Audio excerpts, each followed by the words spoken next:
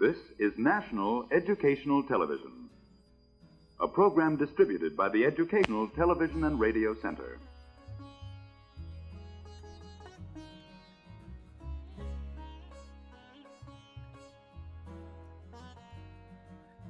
The Religions of Man with Dr. Huston Smith.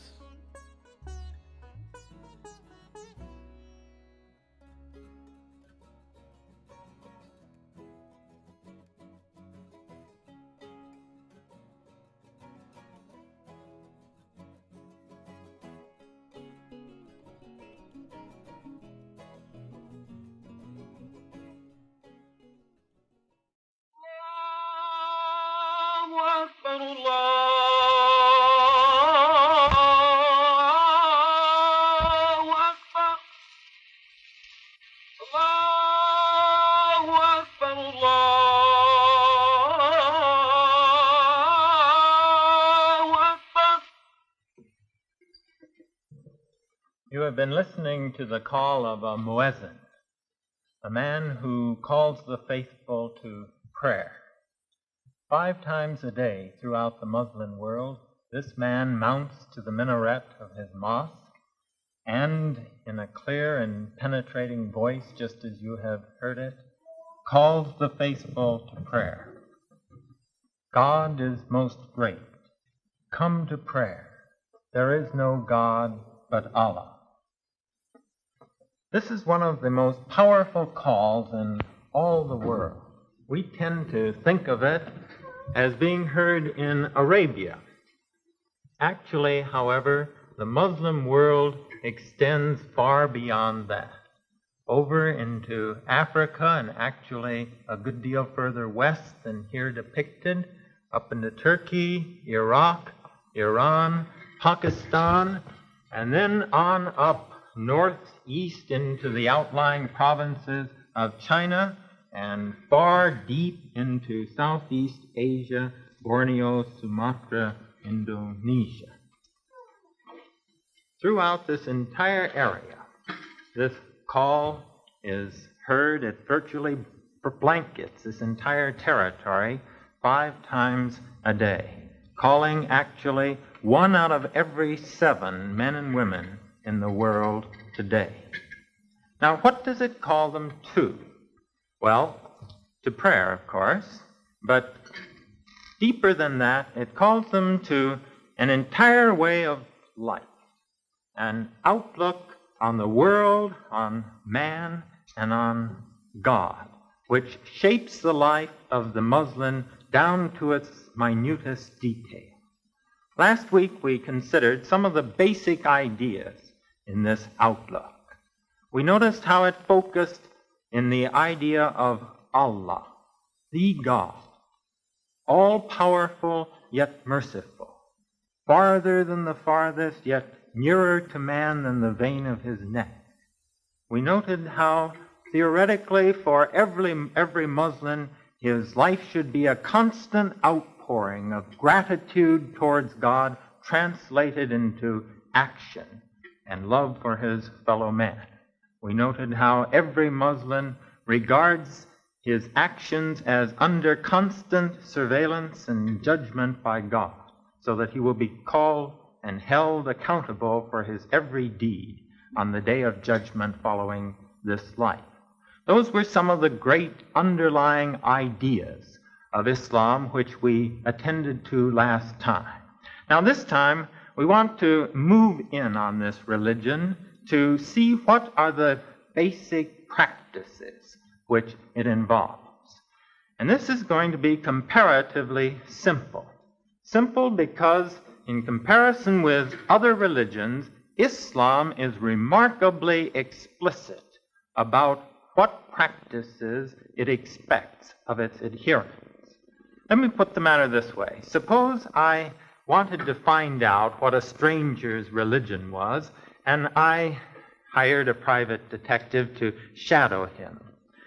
Well, how many religions are there which reveal themselves explicitly enough in the lives of their adherents so that without seeing them go into their particular church or read their particular Bible, you would know what religion they belong to. Well, I don't think there are many religions that are this specifically translated into action and practices. But Islam is certainly one of these. Specifically, there are 5 great practices in Islam which, as long as you live up to them, entitle you to regard yourself as a Muslim in good standing. Each one of these practices is summarized in a word. And here they are. Let me read them to you. Creed, prayer, charity, Ramadan, and pilgrimage. Together they constitute the famous 5 great pillars of Islam. And, as I say, as long as a Muslim is faithfully living up to these 5 prescriptions, he can satisfy his conscience, he will be at peace with himself, with his God, and with his fellow man. Now, let's look at these 5 great pillars of Islam in more detail. First, we have the creed. Most religions have, if not a formally stated creed, at least some articles of belief which give a kind of orientation to the life of the adherent. Islam is no exception here. Its creed is brief, it is simple, and it is very much to the point. It can be stated in one sentence. There is no God but Allah, and Muhammad is his prophet. At least once during the life of every Muslim, he must say this creed.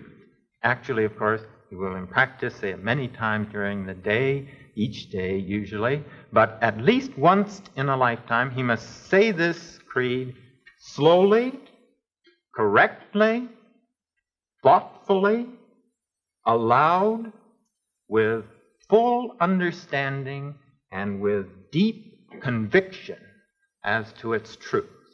This is the creed of Islam.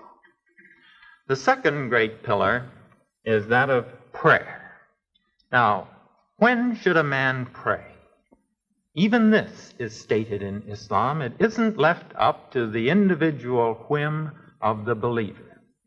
5 times a day. Upon arising, at noon, in mid-afternoon, at sunset, and before retiring. Now, why should a man pray? When we come into that question, it gets a little more difficult. I've often asked myself that question because people pray for various reasons. Some pray essentially to ask for things, prayers of petition. Others pray primarily for meditation and contemplation. Why does the Muslim pray? If we had to put it in a phrase, I think we might put it this way. He prays in order to bring his life into proper perspective. It has often been said that the most difficult lesson a man has to learn is that he is not God. Creature rather than creator, man seems to have an incurable tendency to place himself at the center of the universe. And yet, when he does so, things begin to go wrong. This is reflected in our everyday language, as when we say, who does he think he is? God? No, man is creature, and his life takes on right perspective when he recognizes this fact. So, when we ask why the Muslim prays, he prays to establish this proper perspective, to place himself in his rightful relationship, to acknowledge his creatureliness before the one God, and to submit himself to the will of God and acknowledge it as sovereign over his life. Now, what does his prayer consist of? And I think we can say 4 things. First, it consists of prayer and thanksgiving, which rightfully goes from man to God.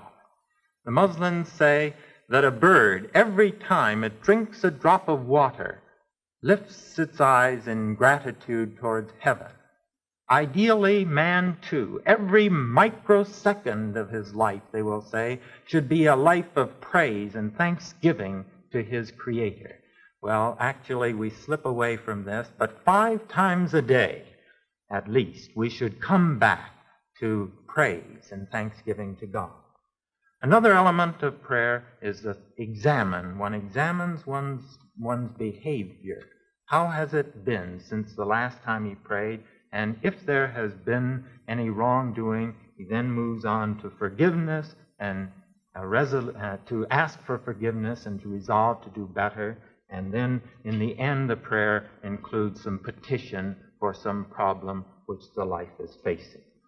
When we ask how the Muslim prays, he prays always facing Mecca, and his prayer is a combination of vocal utterances plus gestures, which begin with the hands parted to the side of the face and then move towards a folded position, and then the supplicant will bow and touch his hands to his knees and rise again to his full height, and then sink slowly to the earth and bring his head to the ground in acknowledgement of his submission to God and his desire to follow the will of God.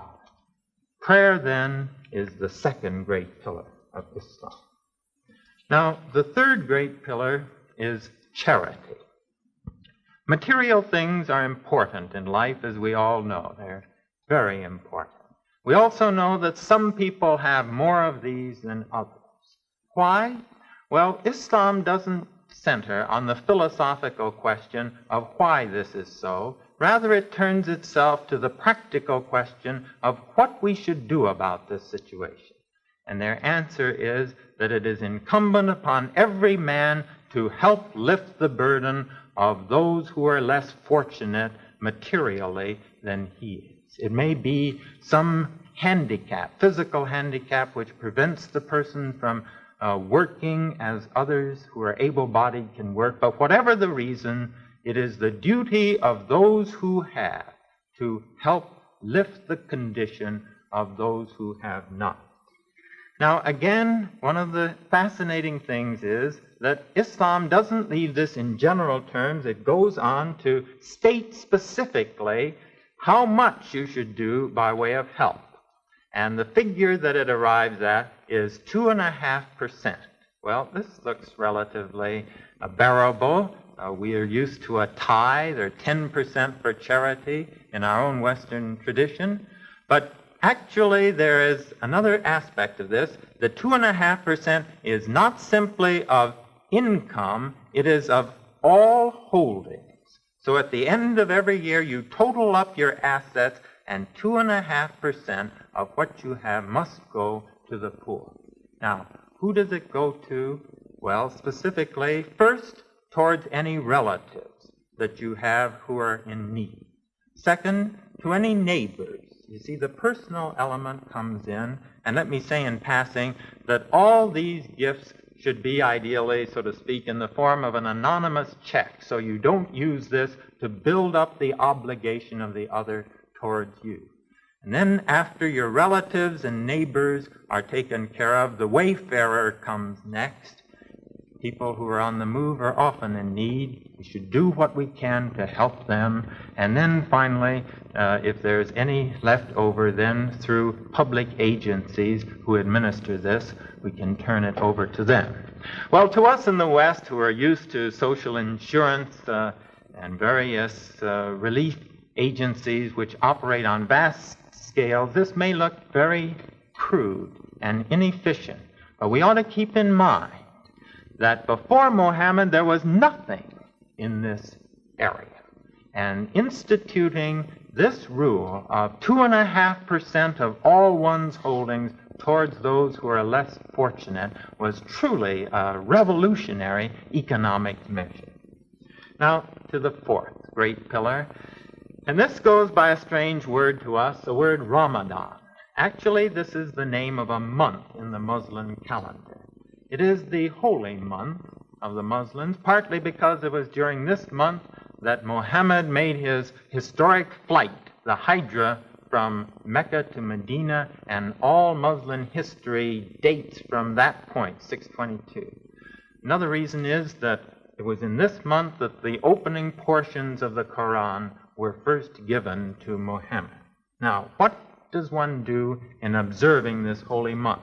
And the answer is that it centers on fasting. Fasting for an entire month during the daylight hours.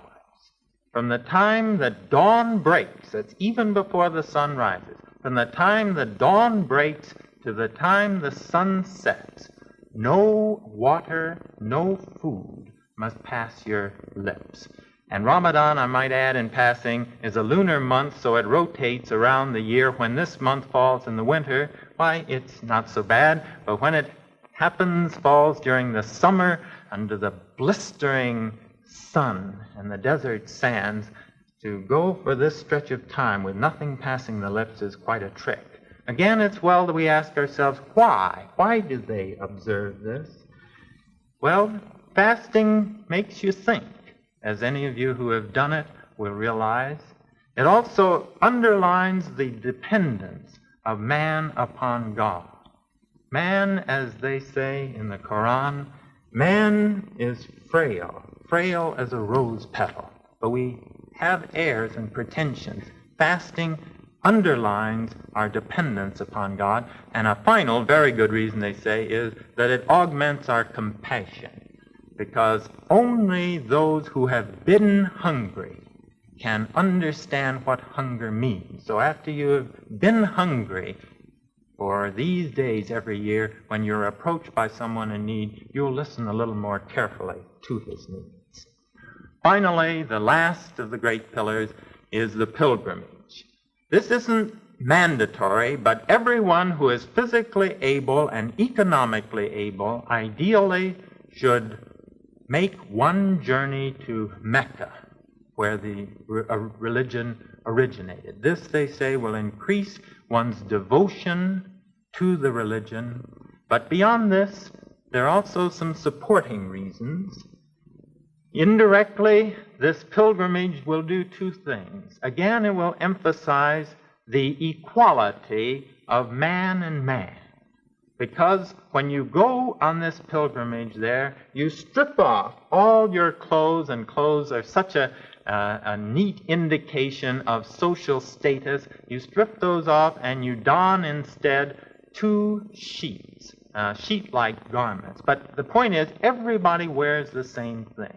So these distinctions of rank and hierarchy are removed, and you see yourself next to your fellow man with these barriers lifted away, and you sense the basic equality of all human life.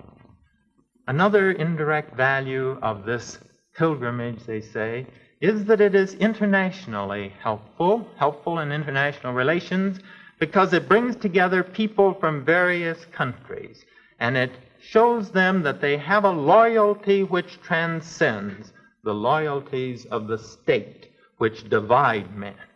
And incidentally, you pick up some information about your brothers in other countries, and you understand them better when you go back home. These, then, are the 5 great pillars of Islam. You will have noticed that they deal almost entirely with the personal life of the individual. But Islam cannot be restricted to that area. Perhaps, again, more than any other religion, it proposes to state specifically the regulations which should govern interpersonal relations. And so the Muslims will claim that here within the Quran is to be found a complete constitution for human life. Now, what does it say on the social problem? Let me just bring our discussion this evening to a close with that question.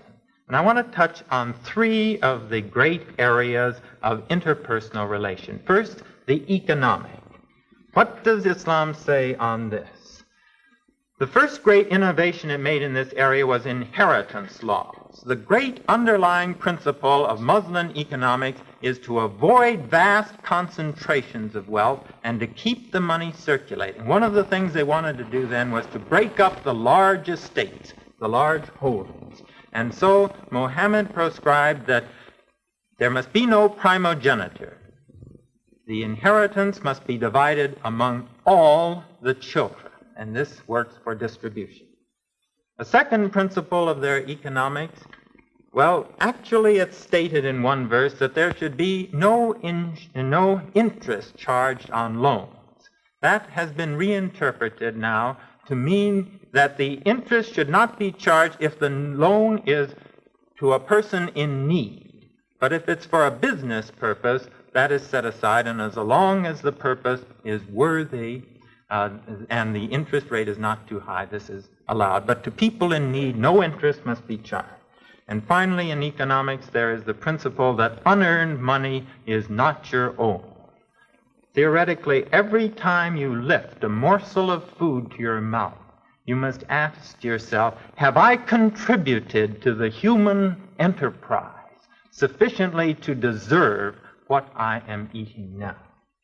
A second great area in human relations is that of sex, the relations of men and women. We've already noted that Mohammed, in this revolutionary act, proscribed that women as well, daughters as well as sons, must share in the inheritance.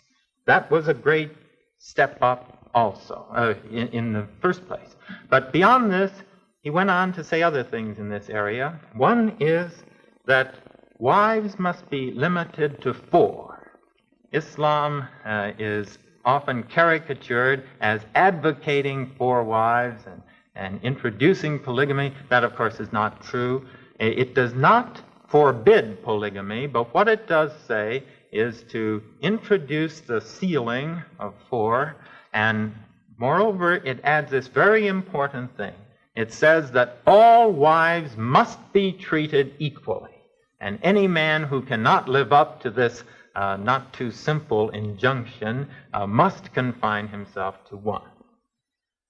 The last area that we will touch on is the area of force. You see, these two. Oh, I want to say one other thing about while we're talking about sex, because it really comes in here, I guess, as well as any. One great stress in Islam is on the absolute equality of races. And they go to the ultimate on this and say that complete equality will not come until intermarriage actually is accepted. That's the final test of complete equality. And so they say that Abraham married a colored woman, Hagar. They say that Mohammed married a Negro. Actually, Mohammed's color was probably that of Jesus, white with a very deep tan. But he married a Negro, and he had one of his daughters, gave one of his daughters in marriage to a Negro. All this to underline the absolute equality of the races.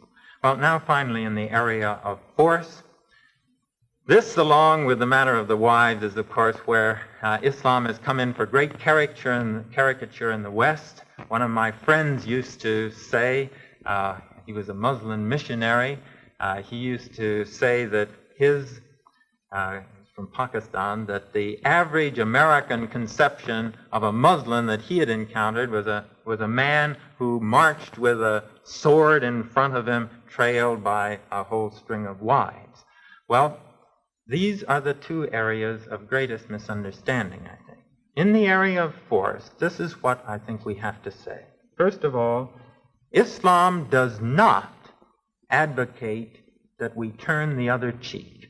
There is no doctrine of returning good for evil, but rather evil must be resisted with force.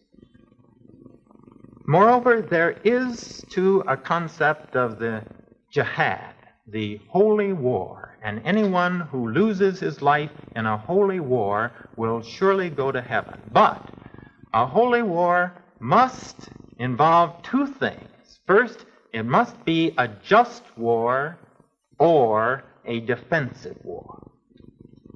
Now, when it comes to practice, whether these have been lived up to, then we're in the intricacies of history, far beyond any ability of ours in these brief moments to summarize. I think all we can say in closing on force is that there is a growing recognition on the part of Western historians that history has not been written fairly. When it's been written in English, has not been fair to the Muslim point of view on this, though there may still be points which seem to be far short of what the Quran actually legitimately advocates in this area.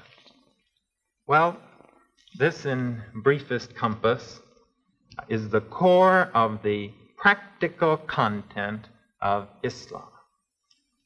With some of the religions in this series, we have had to admit that perhaps we were looking at a dying religion, a religion which was on its way out, sinking under the forward surge of history.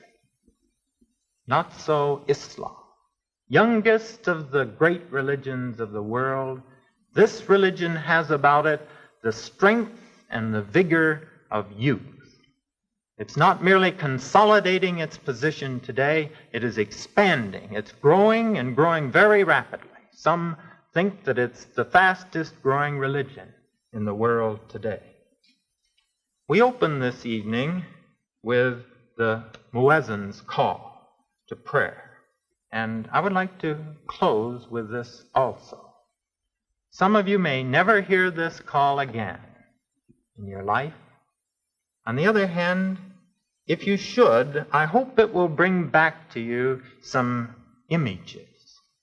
The straight path, the 5 pillars of Islam, the simple camel driver, Muhammad, who responded to a call and transformed his world. Allahu Akbar, Allahu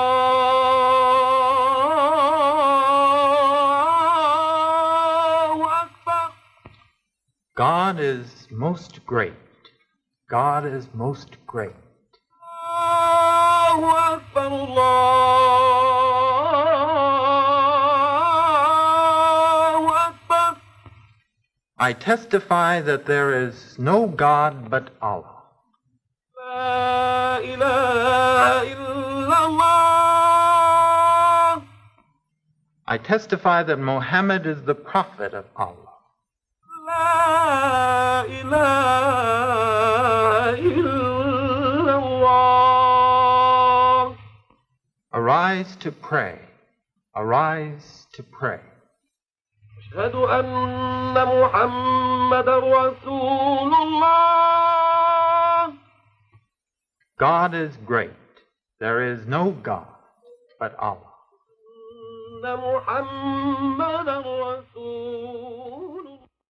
Religions of Man is produced by Washington University and KETC Channel 9, the St. Louis Educational Television Station and Production Center. The preceding program was distributed by the Educational Television and Radio Center. This is National Educational Television.